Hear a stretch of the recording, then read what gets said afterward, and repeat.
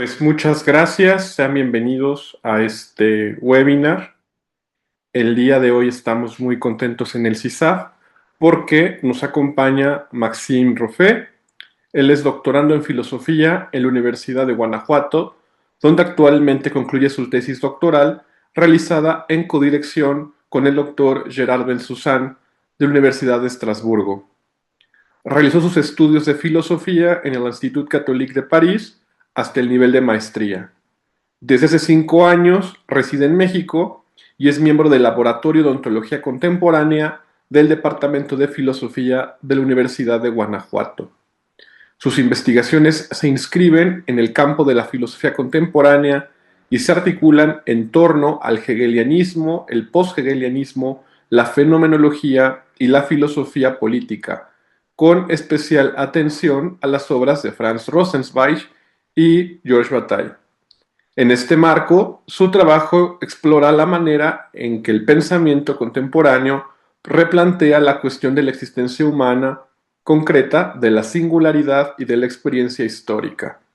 Cuenta con 10 años de experiencia docente en Francia, donde enseñó literatura, filosofía y francés. Asimismo, ha colaborado como asistente de docencia en el Departamento de Filosofía de la Universidad de Guanajuato en cursos vinculados con la filosofía contemporánea. Pues Maxime, muchísimas gracias por acompañarnos en esta mañana y pues el público es tuyo. Gracias. Muchas gracias. Antes de comenzar, quiero agradecer sinceramente al CISA y a la División de Filosofía por la invitación y a Priscilla Díaz por la organización y al profesor José Miguel por haber hecho posible este encuentro. Es un gusto de poder compartir una parte de mis investigaciones actuales con ustedes esta mañana. Antes quiero ver si funciona, si comparto un PowerPoint. Entonces voy Un a... segundo, creo que no se puede al momento, pero danos un segundo y lo resolvemos.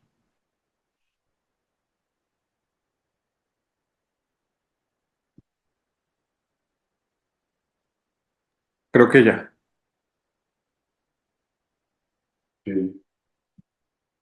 Si pueden decirme si funciona cuando comparto así. Ok.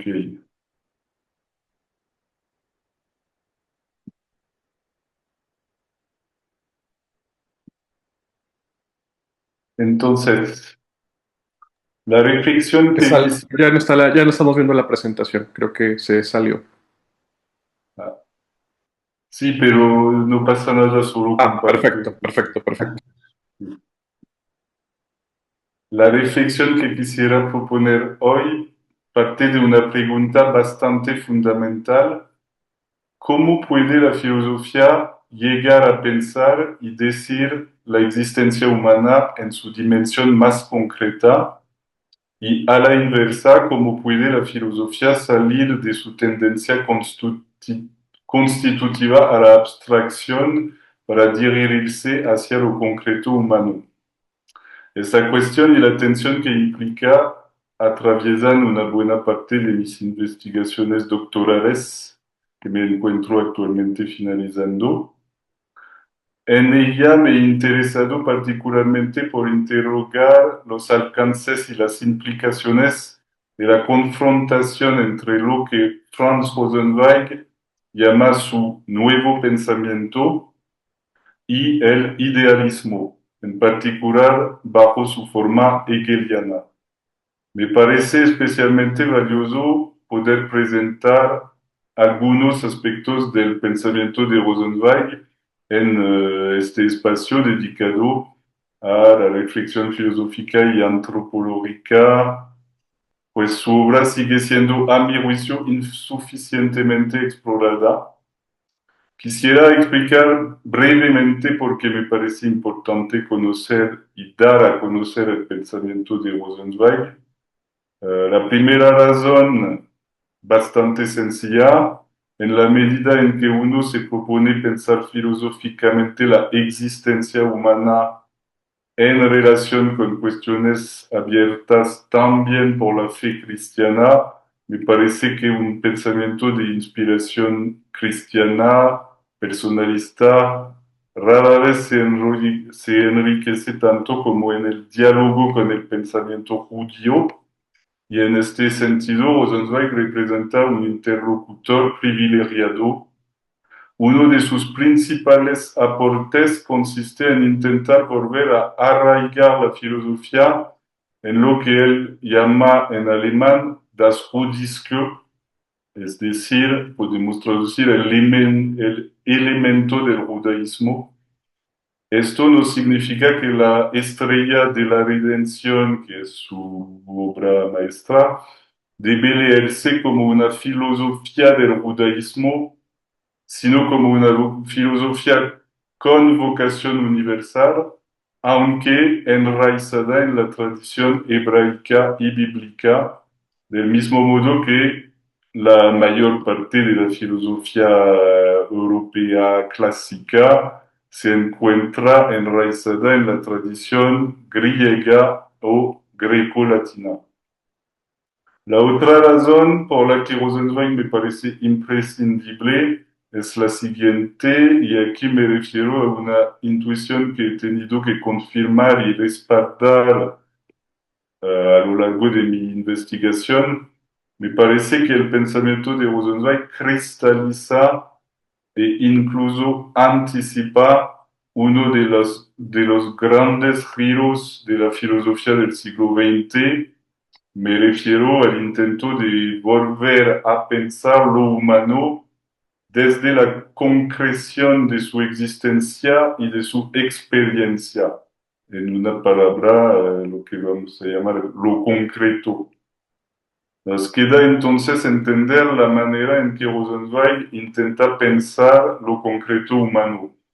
Y esto no es otra cosa que una nueva forma de plantear una cuestión tan clásica como inagotable, la cuestión de lo propio de lo humano.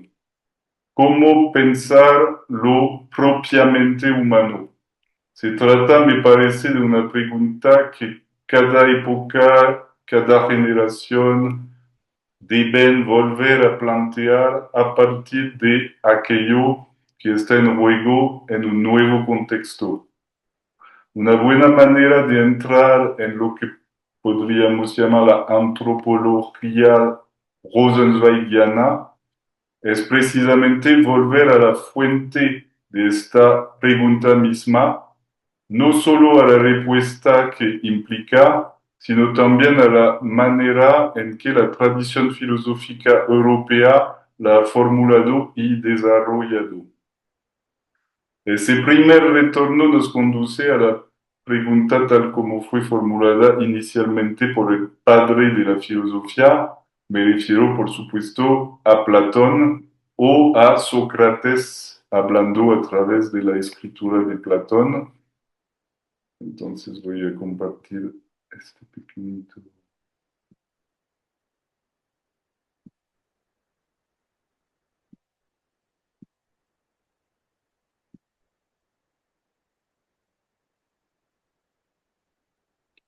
Sócrates interroga a Alcibíades y le pregunta, ¿qué es pues el hombre? Es una gran pregunta. Y si nos ponemos aquí en el lugar de Alcibíades, ¿qué encontraríamos para responder? Sin duda no responderíamos más que lo que Alcibíades responde a Sócrates. No sé qué decir al respecto. Por su parte, Sócrates tendrá, por supuesto, algo que decir al respecto, pero debemos permanecer en la pregunta misma, pues ya se dicen muchas cosas en su simple manera de formularse. ¿Qué es, pues, el hombre? ¿Qué es?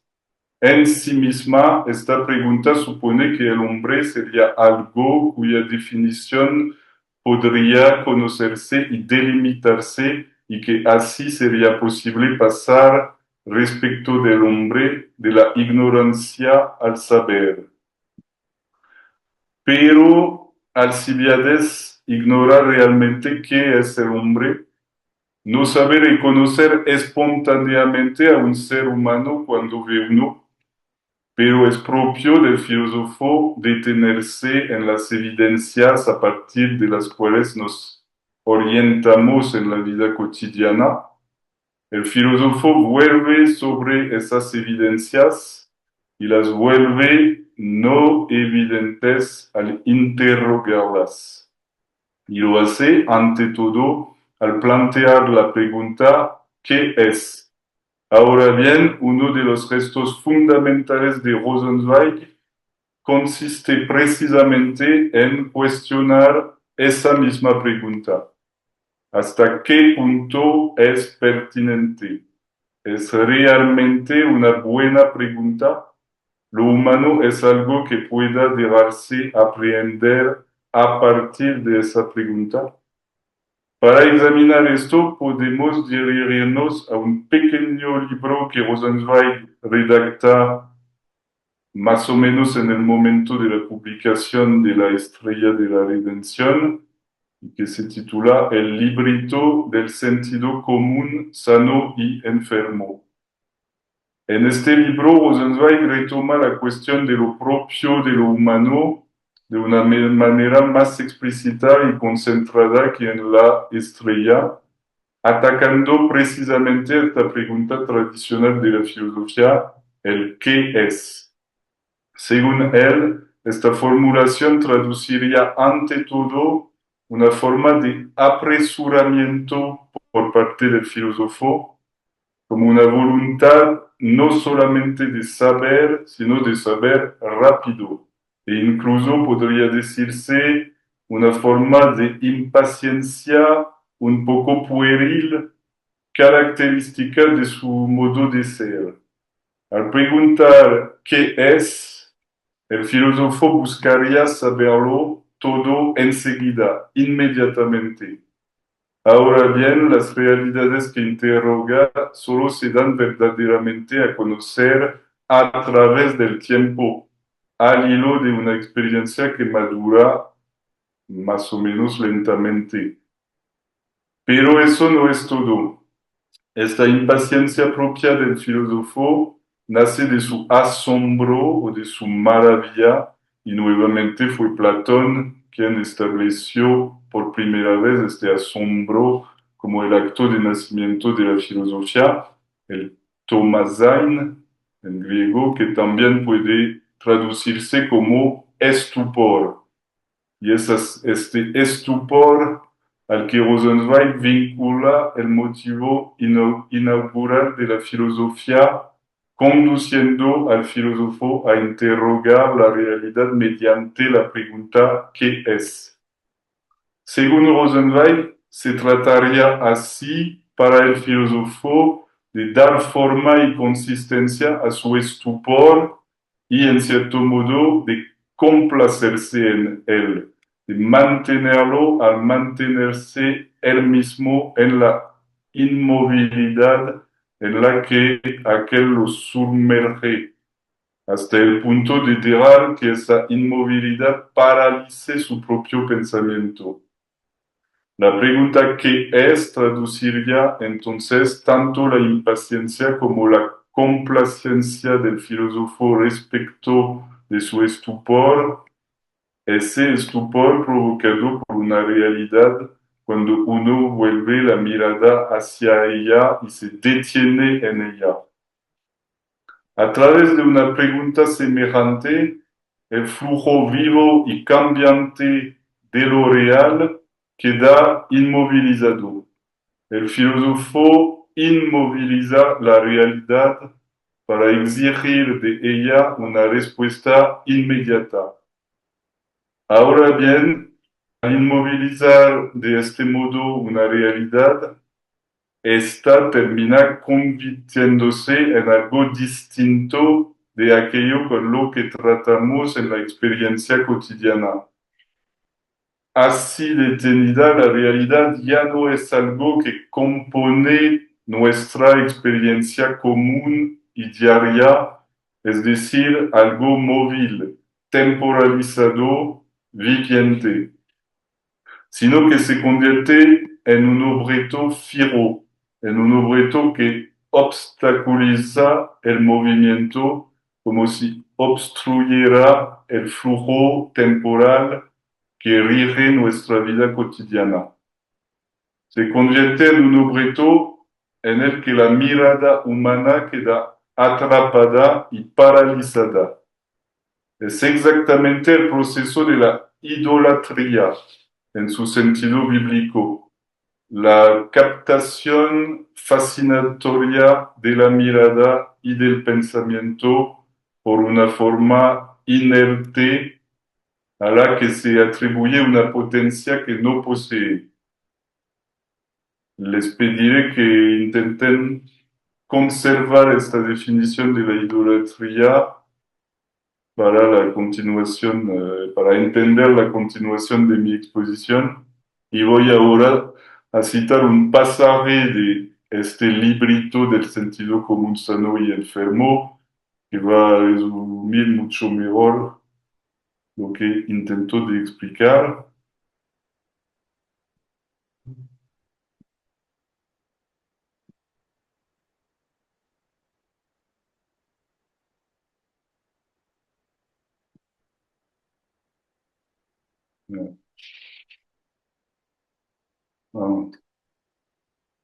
El asombro del filósofo no es distinto del asombro del hombre común, pero el filósofo no deja que las cosas lleguen a la disolución de la rigidez que la vida traerá consigo. Esa solución tarda demasiado para él. Él la quiere hoy mismo, el día en que le ha sobrevenido el estupor, y la quiere aquí, en el sitio donde está. Se queda parado en su paralización. Se para a pensar, repiensa las cosas, y puesto que ha desviado el flujo de la vida que no se detiene, estacando. Puesto que, en vez de seguir pensando, empieza a repensar y a pospensar. No le queda más remedio que enfracarse en el problema y obstante, aquí traduce objeto Gegenstand, del pensar extraído del fluir de la vida. La paralización asombrada se le vuelve eterna en esa imagen especular de ella igualmente paralizada, el obstante. Este lo ha cautivado y lo sujeta, le ha obligado a detenerse y a quedarse quieto por haberse él mismo empañado rígidamente en detenerse en su asombro. Y así en el sitio por donde antes fluyera el río de la vida, tiene ahora la imagen estante, estática, la estatua del objeto. En este, por tanto, se enfrasca ahora, pregunta ¿qué es?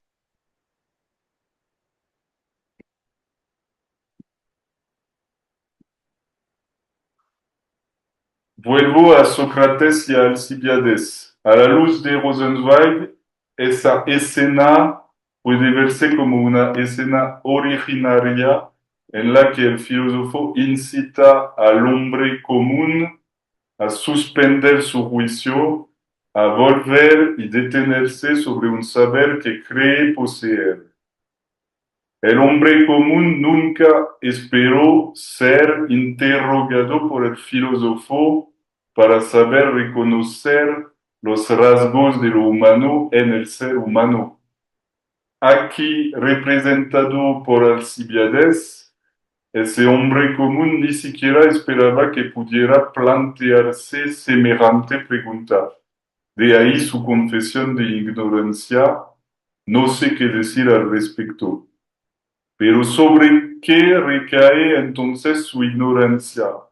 ¿Por qué no es capaz de responder acerca de una realidad que, sin embargo, es la suya y debería resultarle la más familiar? En realidad, más que tropezar con el objeto mismo de la pregunta, Alcibiades tropieza con la formulación de la pregunta. Y lo que Rosenzweig se esfuerza por mostrar es que esa formulación encierra como una trampa. Detrás del que es se perfila una abstracción y una estatificación de la realidad humana.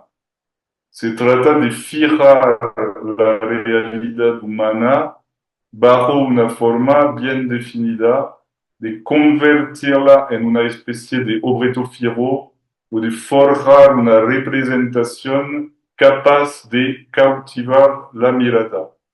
Finalmente, al plantear esta pregunta, el filósofo prepara ya el terreno para la respuesta que le conviene, una respuesta adecuada a su impaciencia y a su estupor. Esa respuesta implica sustituir al ser humano de carne y hueso por una idea de lo humano, es decir, elevar una idea del hombre por encima del hombre tal como aparece ya en la persona misma del filósofo en sí mismo, pero también tal como aparece en el rostro de su interlocutor frente a él.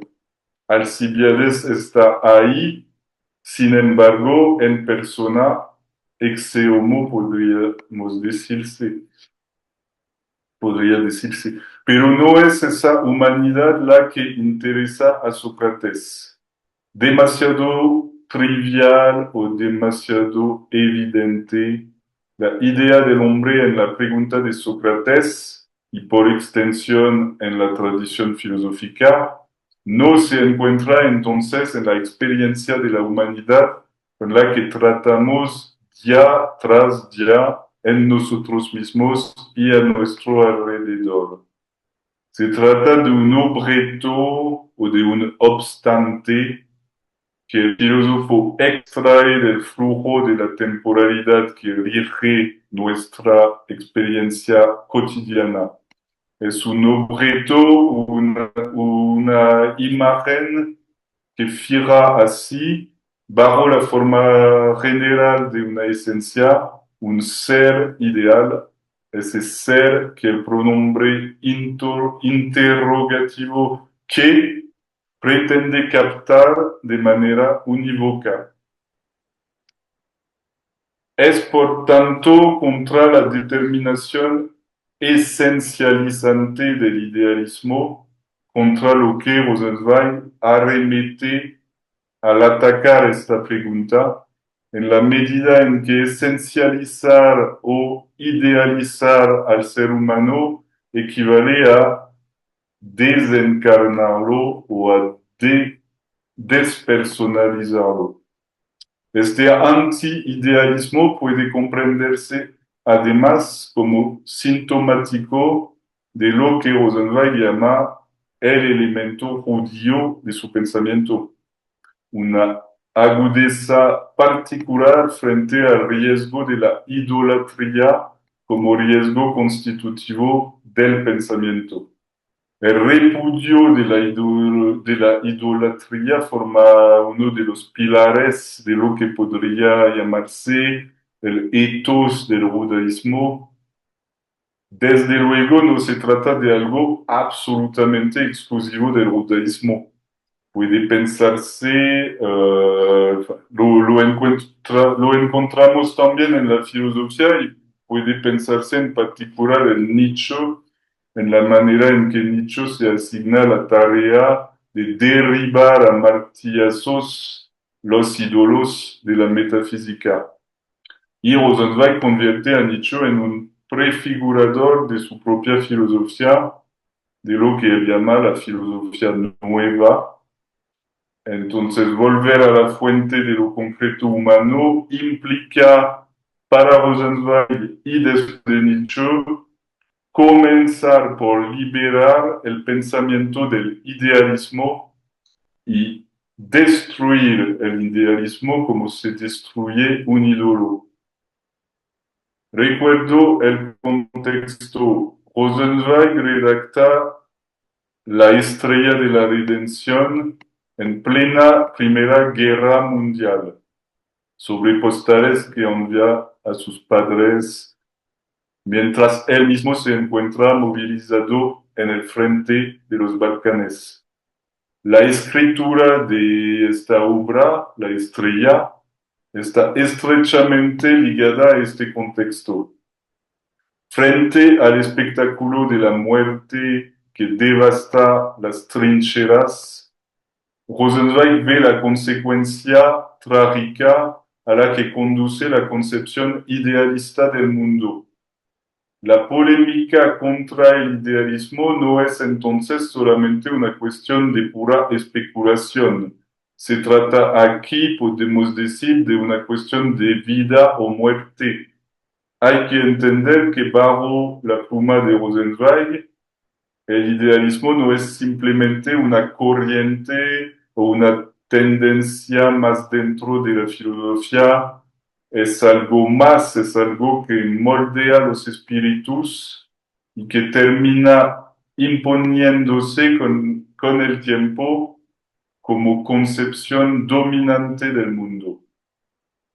En el contexto de comienzos del siglo XX europeo, el idealismo adopta los rostros del nacionalismo, del historicismo, de cierta teleología positivista, progresista, y se cristaliza de manera paroxística en la concepción hegeliana y neo-hegeliana del Estado como instancia político-histórica todopoderosa, unificadora, totalizante y entendido como fruto último de la historia o como cima insuperable de la modernidad, el Estado.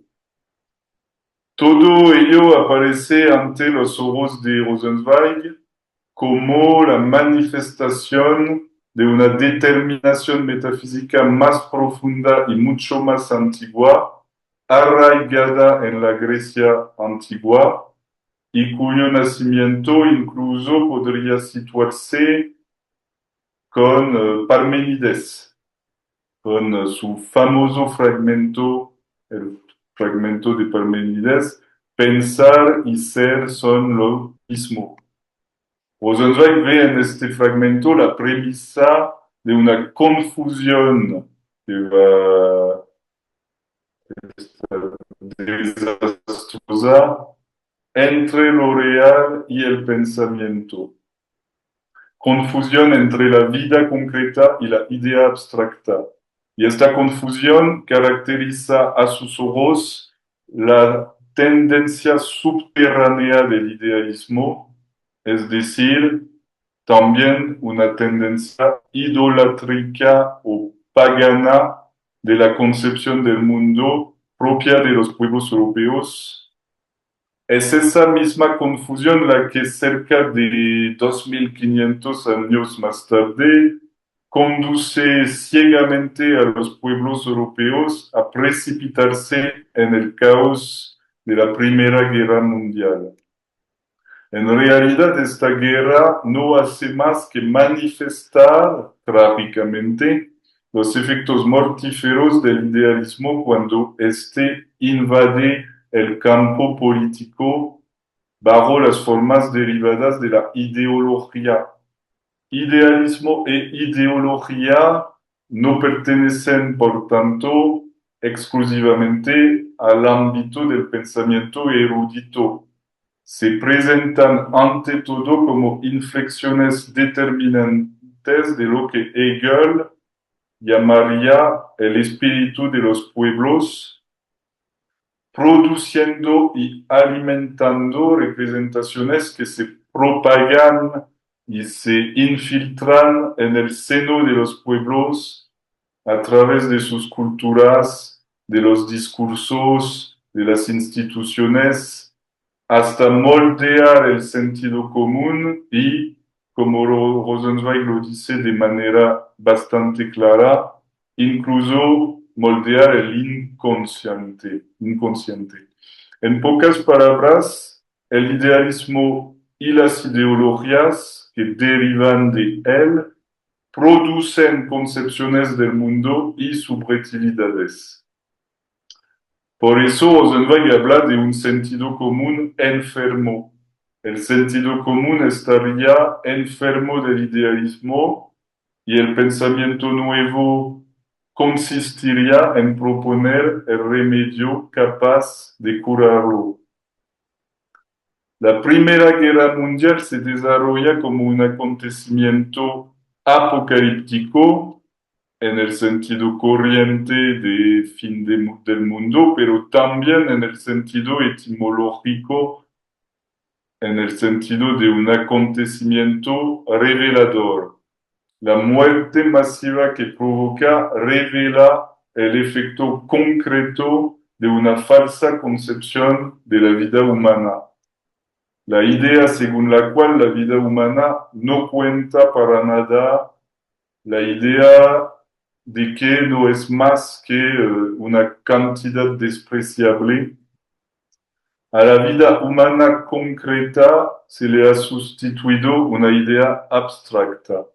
En este caso sería la idea, por ejemplo, de la nación, del Estado. Se trata de una sustitución característica de la llamada modernidad tardía, que encuentra su expresión más elaborada en el pensamiento político de Hegel, antes de ser retomada, prolongada, radicalizada por numerosos autores de finales del siglo XIX, comienzos del siglo XX, pero autores hoy frecuentemente olvidados. Según Hegel, la vida del individuo singular está en sí misma desprovista de verdadera consistencia o de lo que él llama la Wirklichkeit, es decir, la realidad efectiva, la efectividad, porque carece, porque esta vida del individuo singular carece en sí misma de sentido. La vida humana solo cuenta y solo posee sentido en la medida en que el ser humano es miembro del Estado, según Hegel. Una vida que únicamente posee efectividad o consistencia bajo la condición de estar integrada y de pertenecer así a esta totalidad a la vez orgánica, racional, espiritual, que es el Estado moderno. Entonces voy a citar a Hegel y mostrar su...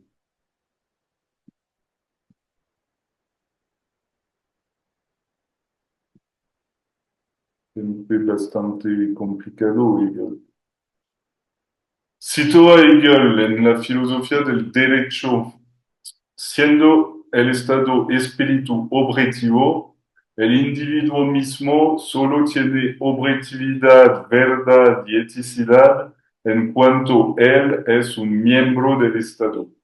Y algunas líneas antes, pero en el mismo parágrafo, Hegel definía el Estado como la unidad sustancial, la autofinalidad absoluta e inmóvil y el fin último que tiene el derecho supremo frente a los individuos, cuyo supremo deber es el de ser miembros del Estado.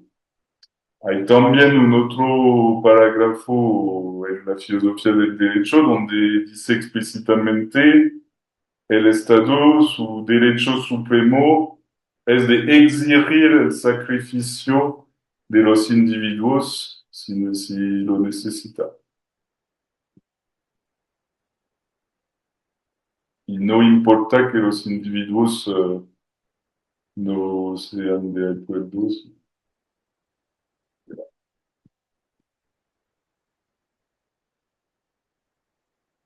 Ese todo ideal y racional que es el Estado absorbe en sí la vida de los individuos singulares y su derecho supremo es exigir su sacrificio en función de sus propios intereses. A esta idea hegeliana hay que añadir la idea más romántica y apenas posterior de la nación. En Alemania, muy poco tiempo después de Hegel, se añade la idea de la nación en el sentido de un cuerpo nacional y de la cultura nacional que proporcionan su contenido, su materia o su carne a la forma racional del Estado. Entre 1914 y 1918, Europa tiene ante sus ojos el resultado de este idealismo a la vez estatista y nacionalista. La guerra es su materialización trágica con sus 20 millones de muertos, esas masas humanas movilizadas y enviadas a la muerte en nombre de la idea o del ídolo del Estado-nación. En Rosenzweig, el retorno a lo concreto humano no se realiza, por tanto, en aguas tranquilas. Se trata de una necesidad apremiante, de una urgencia vital. Hay que salir lo antes posible de este idealismo que condujo a Europa y al mundo a la catástrofe. Es en esa urgencia y en plena tormenta donde hay que replantear la cuestión de lo propio de lo humano, y ello supone comprender de otro modo aquello a lo que remite ese propio. Cuando hablamos de volver a lo concreto, ya estamos dando a entender que no se tratará más de una idealidad o de una abstracción. Decir de lo propiamente humano que se trata de lo concretamente humano significa oponerse a toda abstracción, desidealizar lo propio de lo humano o desabstraerlo. El objetivo de Rosenzweig sería así reelaborar la cuestión y volver a una comprensión de lo propiamente humano que ya no se deja absorber en una entidad ideal, fusional, desencarnante, que Rosenzweig llama el todo o el uno todo, una abstracción idealista que triunfa en su época bajo las formas ideológicas e historicistas ligadas al proyecto del Estado-Nación. La guerra revela así el trasfondo idolátrico del idealismo político moderno. El sujeto humano concreto queda sacrificado sobre el altar de la abstracción del Estado-Nación. Pero la guerra no solo revela eso desde un punto de vista histórico-político. Las primeras páginas de la Estrella de la Redención se abren sobre la experiencia de las trincheras, es decir, sobre lo que la guerra hace concretamente al individuo que se encuentra sumergido en ella. Rosenzweig no propone en primer lugar una visión global de la guerra, introduce la estrella considerándola en su dimensión de experiencia vivida. Y es aquello que esa experiencia da a pensar, lo que proporciona su punto de anclaje a lo que Rosenzweig llama su pensamiento nuevo o su filosofía nueva. Anclar la filosofía en la experiencia vivida a escala humana, y ahí el programa que Rosenzweig se da en el momento en que los grandes sistemas idealistas se derrumban en el caos que ellos mismos han engendrado. Es un programa que Rosenzweig formula en una frase en un pequeño opúsculo titulado precisamente El Nuevo Pensamiento y publicado como una especie de apéndice explicativo de la estrella. Entonces, cito y publico sesión.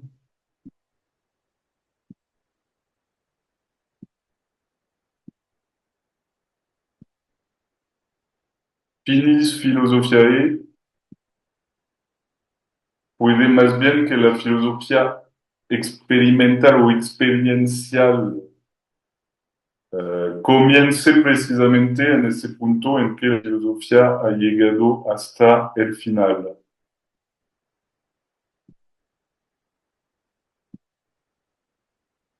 Con Hegel, con el sistema y con el idealismo alemán, una cierta historia y determinación metafísica de la filosofía han llegado a su consumación y al mismo tiempo a su término.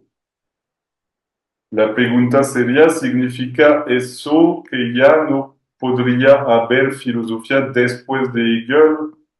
No, por supuesto, pero sí significa que habrá que volver a comenzar a filosofar sobre otros fundamentos. Y uno de esos nuevos fundamentos, el más importante en Rosenzweig, es el de la experiencia. Para recomenzar, la filosofía debe hacerse experiencial. ¿Qué hace entonces la guerra al ser humano que la experimenta? Y queda esa experiencia a pensar. Rosenzweig describe de manera casi fenomenológica la experiencia del soldado en las trincheras. Leo también una citación.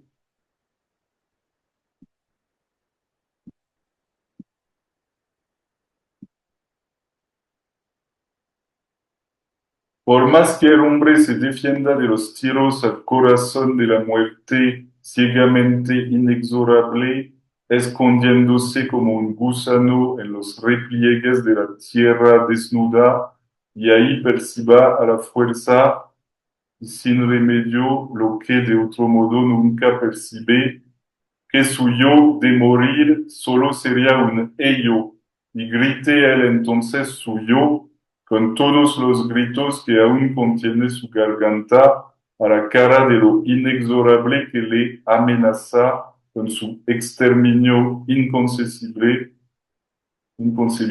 En semejante trance sonríe la filosofía su vacía sonrisa y con el índice señala a la criatura cuyos miembros entrechocan de angustia por el más acá, hacia un más allá de que nada quiere oír.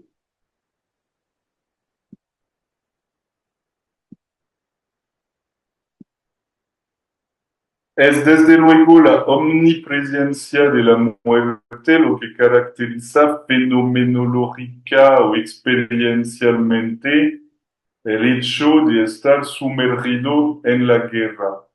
Frente a los cadáveres que se amontonan en los campos de batalla, el soldado hace la experiencia de la angustia. Y esa angustia se expresa en un grito. Y es un grito que dice algo. No se trata de un grito puramente informe e incomprensible. El primer gesto del filósofo en que Rosenzweig se convierte al escribir la estrella consiste en escuchar y traducir lo que dice ese grito.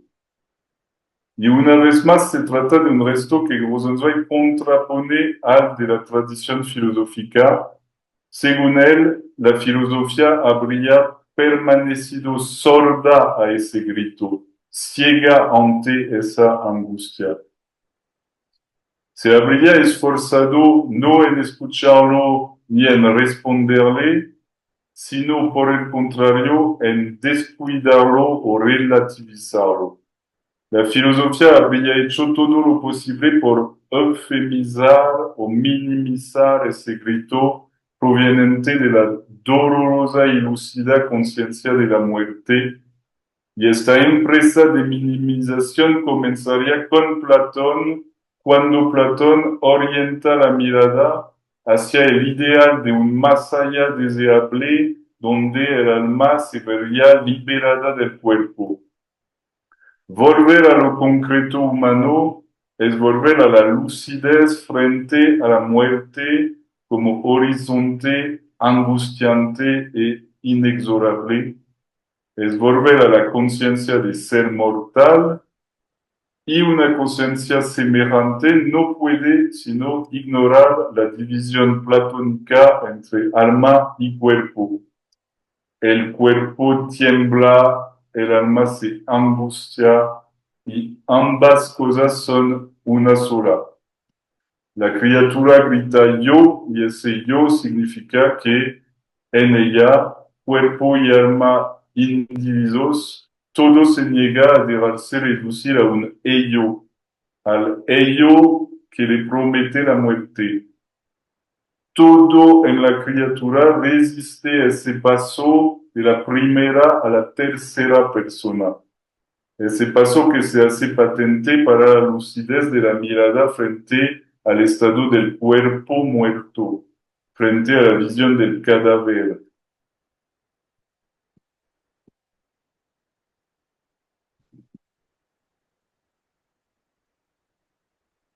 Hago una muy leve pausa.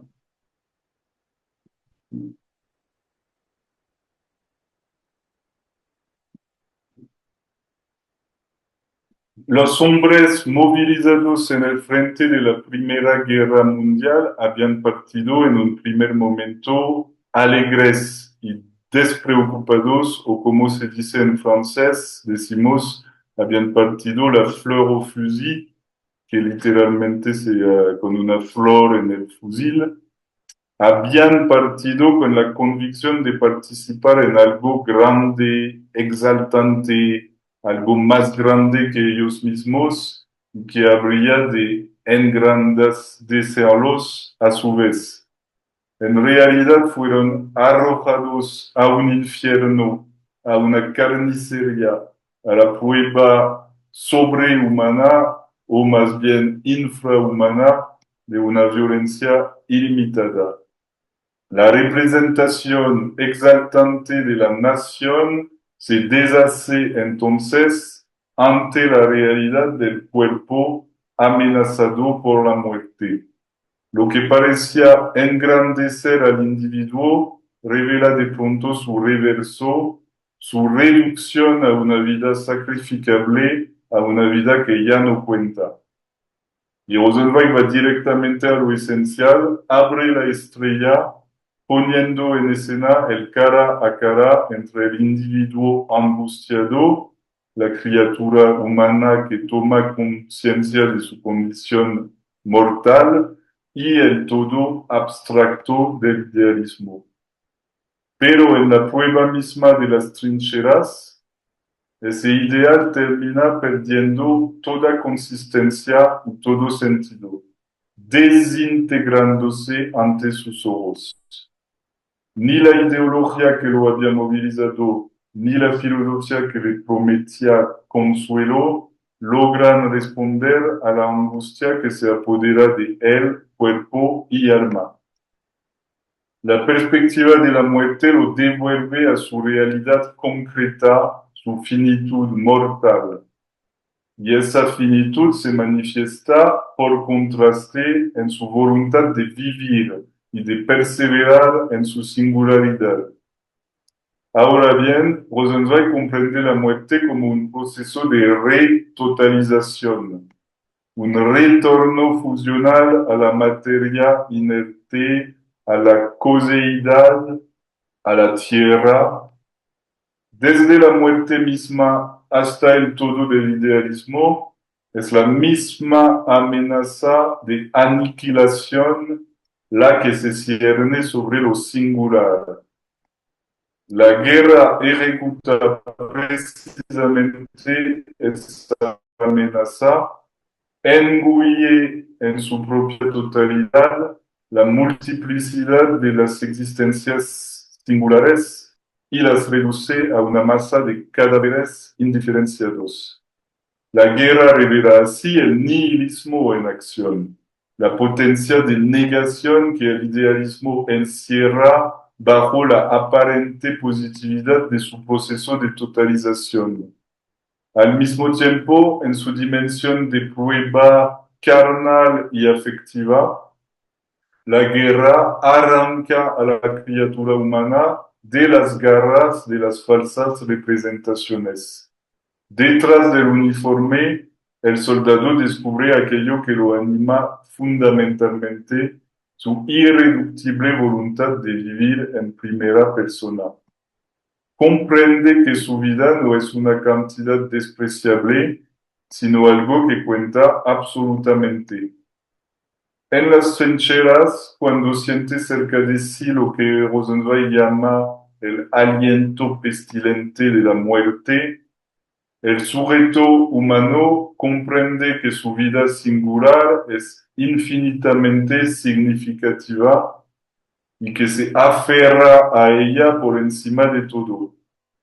Comprende al mismo tiempo que su muerte también es algo que es suya, primero, y que en ese sentido no tiene nada que ver con los discursos idealistas del todo. Su muerte permanece extraña a la totalidad idealista. Por definición, escribe Rosenzweig, el todo no conoce la muerte porque un todo no ha de morir. Hemos avanzado de un gran paso. En la prueba de la angustia ante la muerte, el sujeto humano vuelve a sí mismo, se arranca de las abstracciones que lo extraviaban y retorna a lo concreto de aquello que lo anima, una voluntad de vivir y de perseverar en su singularidad. Mucho antes que Sartre, Rosenzweig considera que la existencia, si no precede, al menos excede la esencia.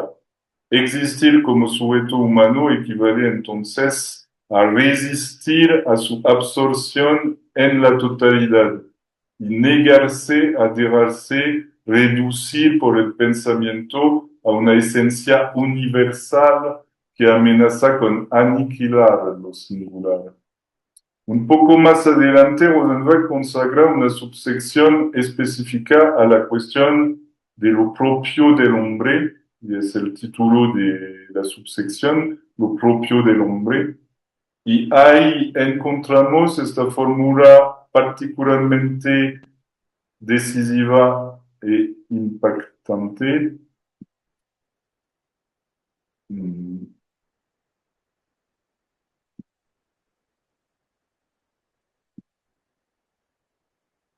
¿Y es esa? Es precisamente su esencia que el hombre no se deja meter en una botella que siempre sigue existiendo, que en su particularidad nunca se deja amedrentar por la sentencia del universal.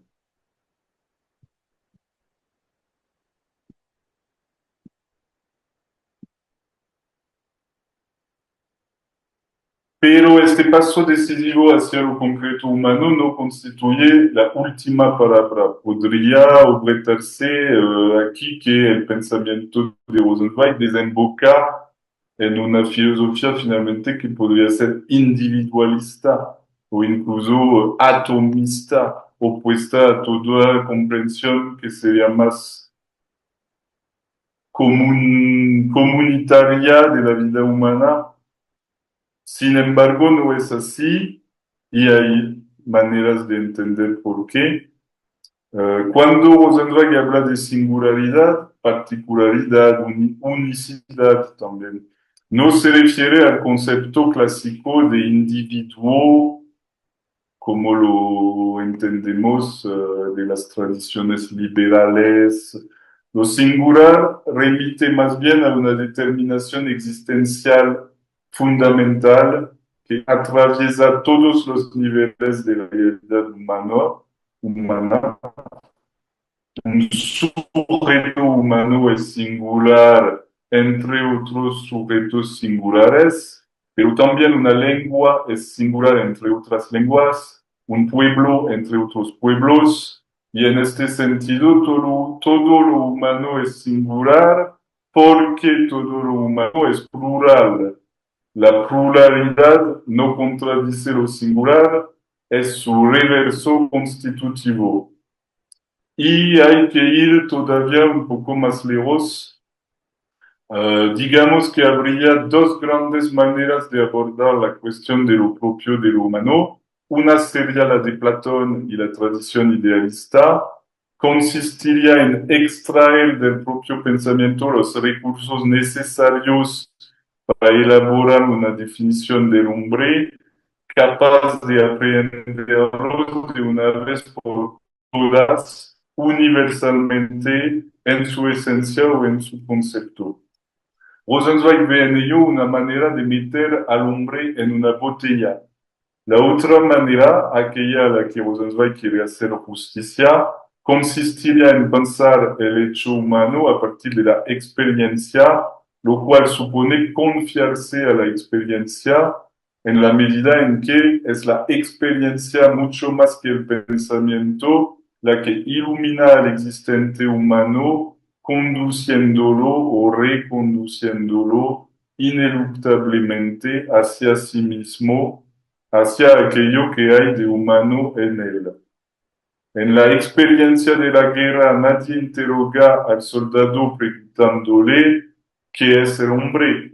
Es su experiencia en el campo de batalla y en el sentido muy concreto de una experiencia física, afectiva, carnal, lo que lo devuelve a su verdad o a lo propio de sí mismo. Pero afortunadamente la experiencia de la guerra no es la única vía.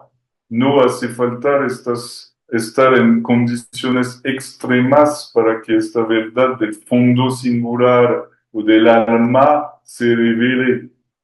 En este sentido, resulta esclarecedora una carta que Rosenzweig dirige a uno de sus primos en 1916, es decir, en plena guerra, donde le decía, para mí la guerra no representa ninguna ruptura.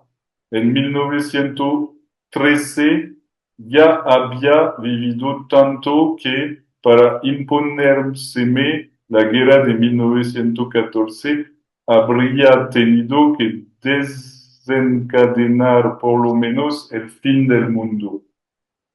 Esta reflexión puede sorprender porque parece contradecir la importancia que acabo de atribuir a la guerra como acontecimiento revelador, pero no hay contradicción.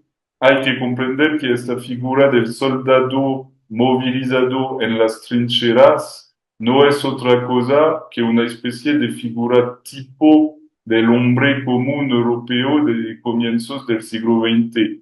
El hombre europeo tal como se dejó enrolar por la propaganda nacionalista.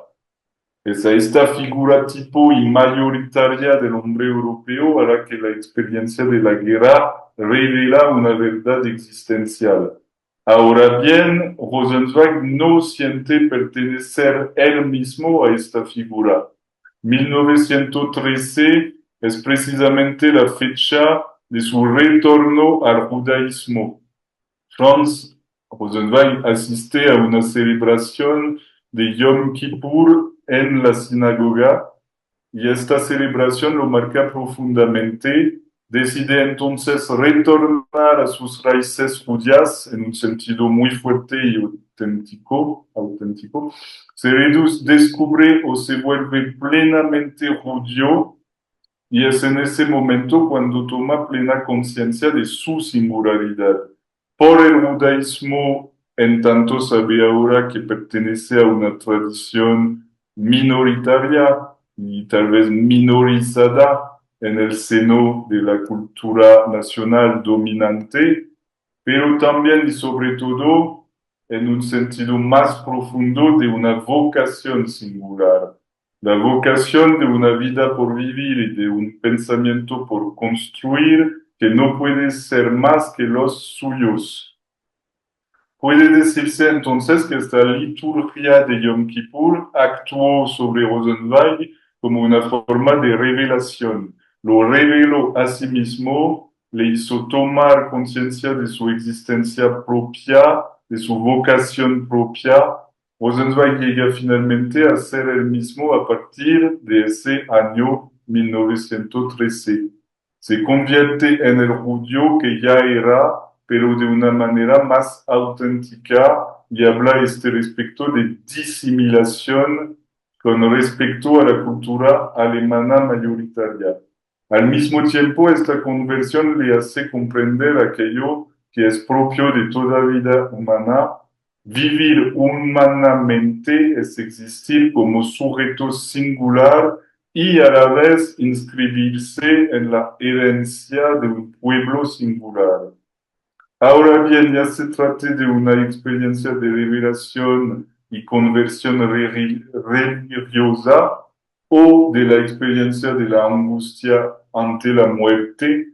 En ambos casos es un acontecimiento exterior el que revela al individuo lo propio de sí mismo.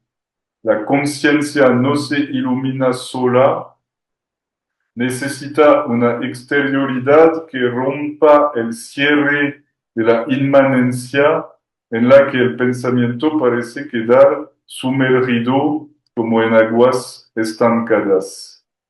Una revelación es un claro que irrumpe y se difunde en el medio brumoso de la inmanencia para sacarnos de la confusión y devolvernos a nosotros mismos. Ahora vuelvo por última vez al diálogo entre Sócrates y Alcibiades, pero desde este tema de la revelación. La pregunta ya no es solamente si el qué es abstrae lo humano, sino si permite abrir realmente un diálogo. Cuando Sócrates pregunta ¿qué es pues el hombre?, parece dirigirse a Alcibiades, pero en realidad la pregunta regresa hacia Sócrates mismo, hacia el maestro, hacia el filósofo. Alcibiades queda remitido a su incapacidad de seguirlo, obligado a callar y a plegarse ante la autoridad de la palabra filosófica. Ahora bien, esta ausencia de verdadera interlocución no carece de relación con la pregunta misma. ¿Qué es, pues, el hombre? Es un hombre quien plantea esa pregunta a otro hombre. Uno tendría ganas de responder, el hombre está ahí. Eres tú, Sócrates, soy yo, Alcibiades, y sobre todo es el vínculo que debería abrirse entre nosotros, entre tú y yo. Es en la relación o en la reciprocidad donde deberíamos poder situar lo humano que buscas, en la medida en que una reciprocidad semejante nos singulariza al uno y al otro, al mismo tiempo que nos vincula el uno y el otro, el uno al otro. Y es que la pregunta ¿qué es? Inaugura no un diálogo, sino un monólogo. El monólogo del idealismo, donde el filósofo se empeña en poner entre paréntesis su experiencia de la presencia humana concreta con el fin de fundar en sí mismo, a partir de sí mismo, en el vaso cerrado de su pensamiento inmanente, una idea universal y unívoca del hombre. Así es como el filósofo termina elaborando su imagen idealizada del ser humano, abstrayendo ese ser de su anclaje experiencial, desviando la mirada del existente humano tal como aparece en sí mismo y a su alrededor, en el movimiento fluctuante de lo real, en la temporalidad de lo cotidiano.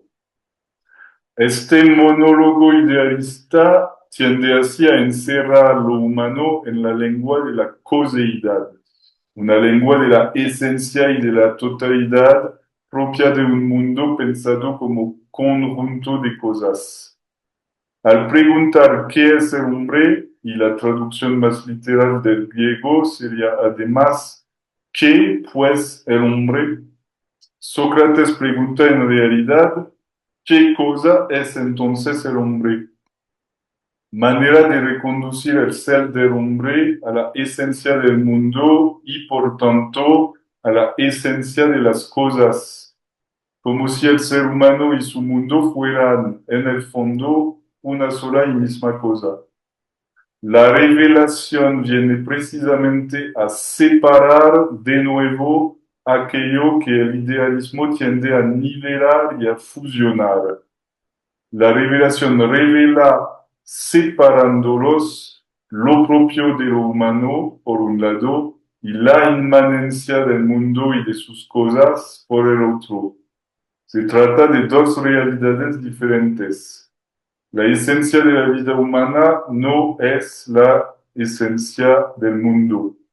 Aquello que es totalizable, aquello que se deja conocer y comprender en la lengua conceptual y metafísica del ser, no es lo propio de lo humano, sino la esencia causal del mundo. La vida humana posee su propia realidad y Rosenzweig dice que esa realidad es ante todo singular, plural, viviente y que escapa a la causalidad de las cosas. No se deja meter en una botella, es decir, no se deja reducir a los términos reificadores de una esencia universal. Términos que son propios de la inteligibilidad, no de la vida humana, sino del mundo.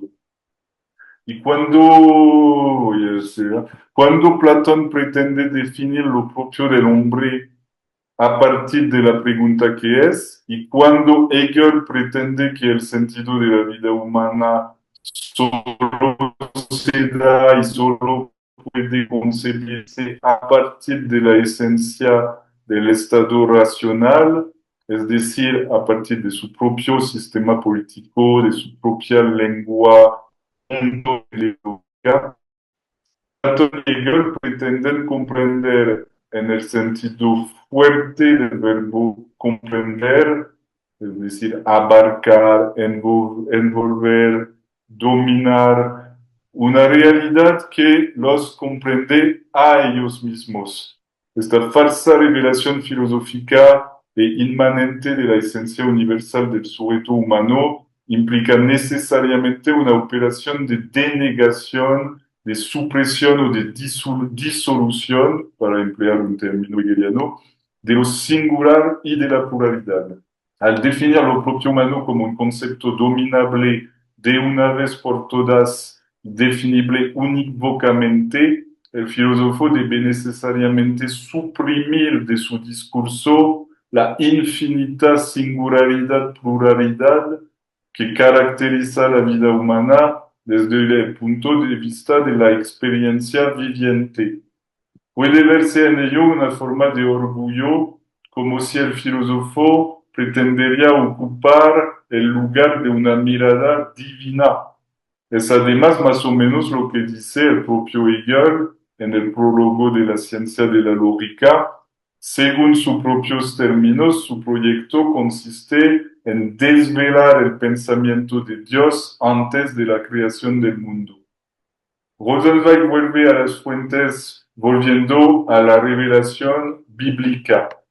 Si lo propio de lo humano necesita ser revelado, no es al filósofo a quien corresponde en última instancia esta tarea.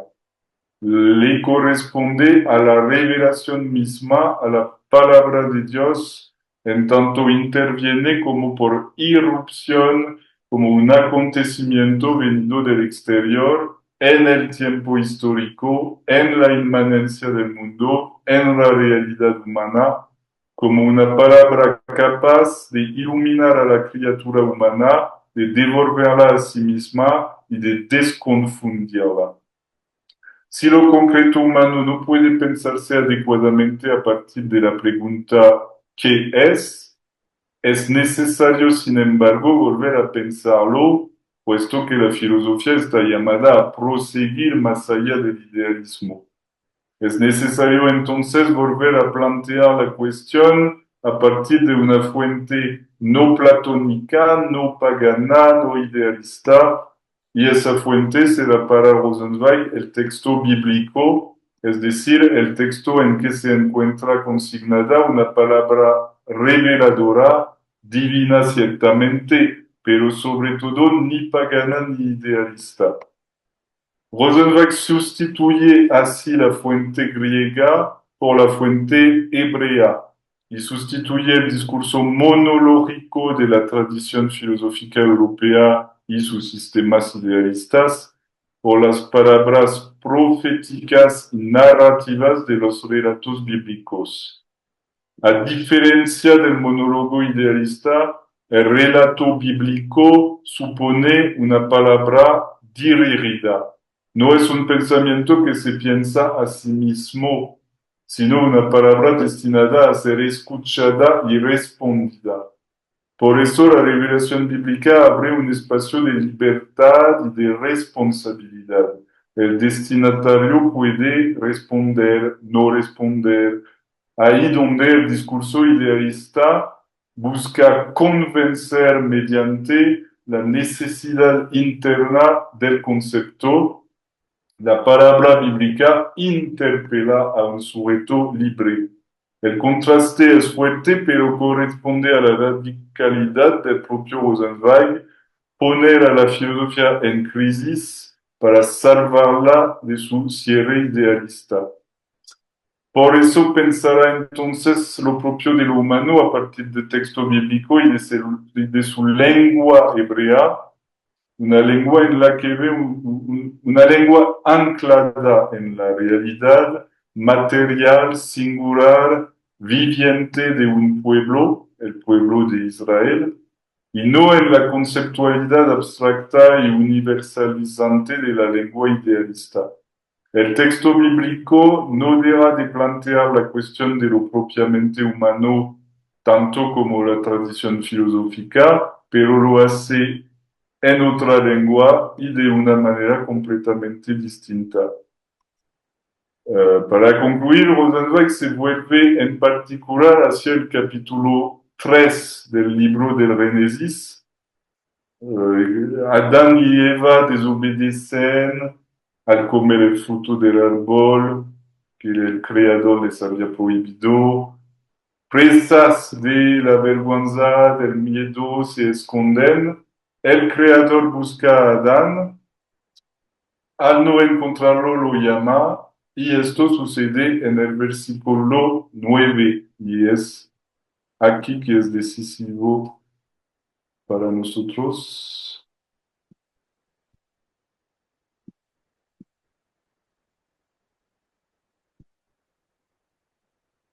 Y llamó el Señor Dios al hombre y le dijo, ¿dónde estás?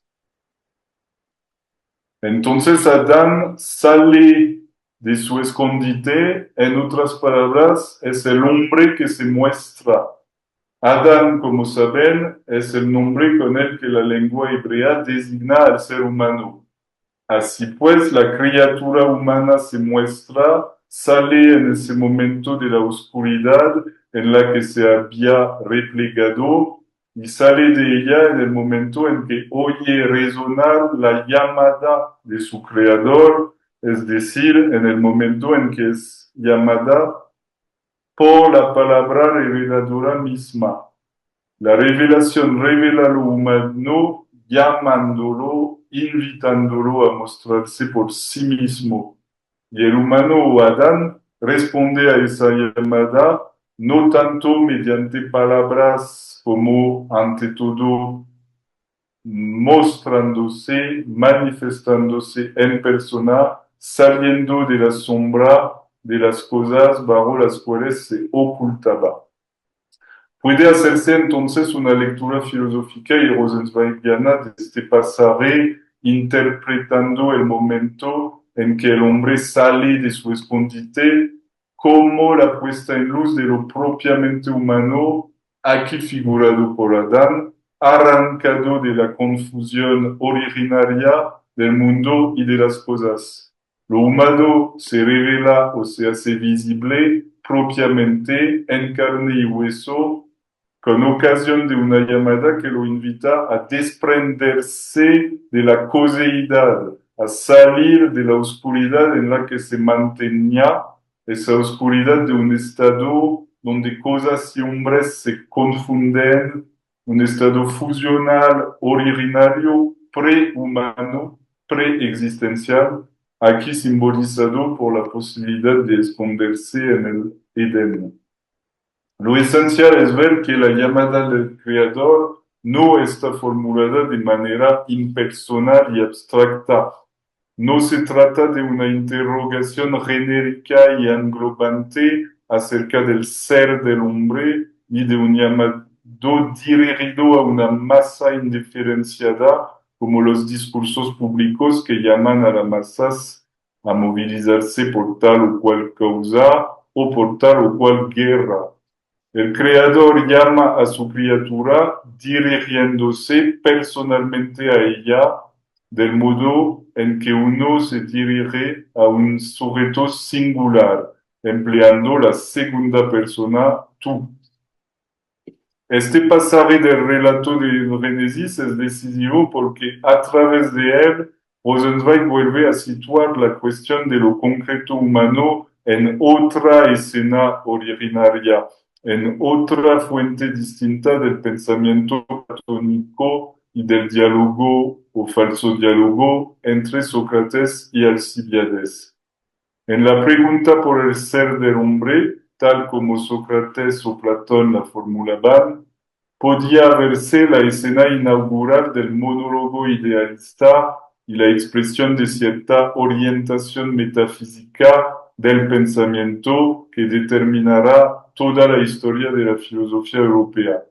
En la escena originaria o incluso tal vez archi-originaria de la llamada que el creador dirige a su criatura, se perfila otra manera de comprender el principio de la vida humana, ahí donde Sócrates pregunta abstractamente al hombre que se encuentra frente a él, ¿qué es pues el hombre? En tercera persona, como si se tratara de una cosa y como si no tuviera ese hombre frente a sí. El creador se dirige directamente a la criatura, se dirige a ella en los términos de una palabra originaria e instauradora de singularidad, preguntándole ¿dónde estás? De modo que puede decirse que ahí reside la verdadera pregunta. ¿Dónde estás tú, hombre? ¿Dónde puede encontrarse al ser humano? Antes de buscar demasiado precipitadamente una respuesta a la cuestión de la esencia humana, es la cuestión misma la que debe pensarse. Una pregunta mal planteada conduce a una concepción falaz. En un pequeño texto titulado La ciencia del hombre, Rosenzweig comienza preguntándose no cuál es la cuestión del hombre, sino cuál es la pregunta para el hombre. Y esa pregunta, a volver a la fuente bíblica, es la que el Creador dirige a la criatura escondida. ¿Dónde estás? Formulación que instituye al humano en lo propio de sí mismo, en su singularidad, en su yo. Solo a partir del momento en que una palabra le es personalmente dirigida, solo porque otro sujeto hace de él un tú, el existente humano puede reconocerse a sí mismo como sujeto en un yo. En otras palabras, el tú precede al yo. El sujeto humano solo se realiza y se reconoce a sí mismo a partir de esa interpelación que lo hace entrar en una estructura fundamentalmente dialógica. Soy un existente singular en la medida en que un tú, otro existente singular, me llama, se dirige a mí y me invita así a responder. Soy un yo porque soy ante todo un tú para otro tú, un yo para otro yo. Lo singular no nace entonces de la nada y no brota mágicamente en el desierto de su propia inmanencia interior, se constituye a partir de una alteridad que lo precede y le habla, a partir de una llamada que le es dirigida en la forma de una palabra instauradora y por tanto a partir del acontecimiento de un vínculo que por medio de la palabra se establece de uno a otro. Lo propio de lo humano no debe buscarse en la universalidad abarcadora de la esencia del mundo, esa esencia que estaría a la vez en todas partes y en ninguna, sino en el lugar donde se ubica, en la situación concreta en la que se encuentra. La pregunta será entonces, ¿dónde está lo humano? ¿Dónde se encuentra? Y esta pregunta debe resonar como una llamada o como una invitación hecha al ser humano a salir de su escondite, a salir de los repliegues del mundo causal, indiferenciado, en el que se disimula. El ser humano es invitado a avanzar en persona hacia un espacio de diálogo abierto por el enunciador de la llamada hacia un lugar que así le es dispuesto, un lugar que el enunciador le habilita especialmente al dirigirse personalmente a él. Y sé que ya termino rápido.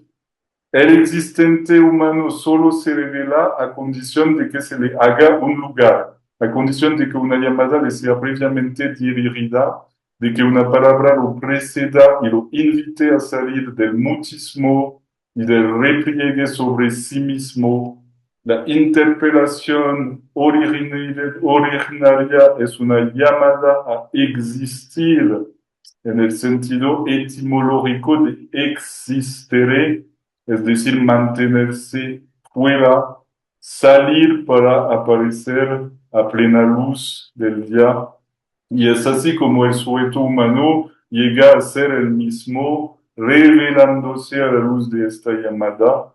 En el relato del Génesis, en esta escena dialógica archi-originaria, se trata de la llamada que el creador dirige a la criatura, pero en la cotidianeidad del mundo humano, todo comienza con la palabra, por ejemplo, que la madre dirige a su hijo, con el tú, mediante el cual la madre o los padres se dirigen a su hijo. Concluyó, diría que si hubiera que encontrar una palabra para localizar lo propio de lo humano, no sería la palabra que ni la palabra ser, tampoco serían las palabras esencia y sustancia, podrían ser las palabras singularidad, unicidad, pero solo con la condición de añadir inmediatamente singularidad y pluralidad, unicidad y multiplicidad, subjetividad y alteridad. Y en este sentido, quizá la palabra decisiva sea la palabra y. Esa pequeña conjunción que para Rosenwein expresa lo propio de la realidad humana en la lengua ordinaria de la experiencia. La palabra y dice lo propiamente humano en la concreción de su existencia como existente único y vinculado, como un sujeto que se singulariza por y en la relación, llamado por una palabra anterior a él y capaz a su vez de tomar la palabra. Y voy a detenerme aquí y les agradezco haberme escuchado. Muchísimas gracias, profesor Maxime Roffé. Vamos a pasar a una sesión de preguntas. Ya saben que me las pueden hacer llegar por el menú de preguntas y respuestas. La primera pregunta se la planteo yo, profesor. ¿Cuál cree usted que sea hoy la relevancia del pensamiento de Franz Rosenzweig, que es de estos pensadores que me parece que a veces son muy citados, pero me parece que a veces son un poco leídos? Y me parece que en el contexto hispanohablante es un autor relativamente poco conocido. ¿Cuál cree usted que sería su relevancia principal? Es un autor, es raro hasta qué punto es desconocido hasta ahora, incluso en Francia, incluso porque es muy importante y uno de sus de los filósofos que ha influido, el más famoso es Levinas. Entonces, me parece relevante para como una fuente de esta idea levinasiana que es de decir um, la ética es primera sobre la ontología, sobre la metafísica, y Levinas escribe también en relación él con la Segunda Guerra Mundial, entonces con el nazismo, con la exterminación de los judíos, cuestiones muy graves, tal vez aún más graves que la Primera Guerra Mundial. Y Levinas va a hacer toda su obra para mostrar que sí es la ética que es primera, y eso es un legado directo de Rosenweig, lo dice el principio de totalidad del infinito. Entonces, eh, lo que Rosenweig llama el idealismo y esta abstracta del hombre es siempre en acción, es siempre a la obra, incluso hoy en día, incluso si no hay guerra mundial, tal vez. Por ejemplo, ahora hablamos de la inteligencia artificial. El Papa ha hecho su encíclica sobre la inteligencia. ¿Cómo pensar lo que vamos voy a decir, a salvar tal vez del hombre, de la vida humana, si ya estamos viendo que la inteligencia que tiene puede ser imitada? Así que, bueno, hay muchas cosas que decir sobre este tema, pero esta manera de anclar el hombre en la experiencia, por ejemplo, y la experiencia afectiva carnal como, como una un dato originario de lo propio del hombre, me parece permitir de salir de una visión que, por ejemplo, reduciría el hombre a su inteligencia, por ejemplo. Entonces hay muchas cosas que tomar en Rosenzweig. La consideración de la singularidad como principio ético primero y es la base para mí de todo un desarrollo ético, político, que siempre es... Alors, hay una parte que he cortado, incluso si fue un poco demasiado largo, he cortado toda una parte sobre la visión de los paganismo, porque el hombre europeo que está cautivado por las ideologías nacionalistas es un cristiano que es repaganizado, porque según él, el cristiano es un pagano en marcha, en camino hacia Dios, hacia el Padre, dice, donde los judíos ya están ellos. Y el riesgo del cristiano es de siempre que el pagano, lo que él llama, lo que Rosenweig llama el pagano en el cristiano, retoma el control, si queremos decirlo así. Entonces, la fascinación para ideologías políticas o para un ideal fusional de la nación, del Estado, el nacionalismo. Es como si el pagano retomaba el control sobre el cristiano. Bueno, contesto de manera un poco con pistas en todos lados. No sé si... Muchísimas gracias.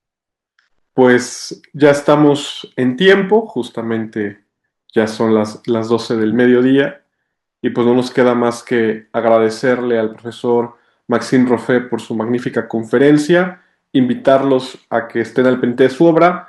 Profesor, ¿dónde pueden contactarlos nuestra audiencia?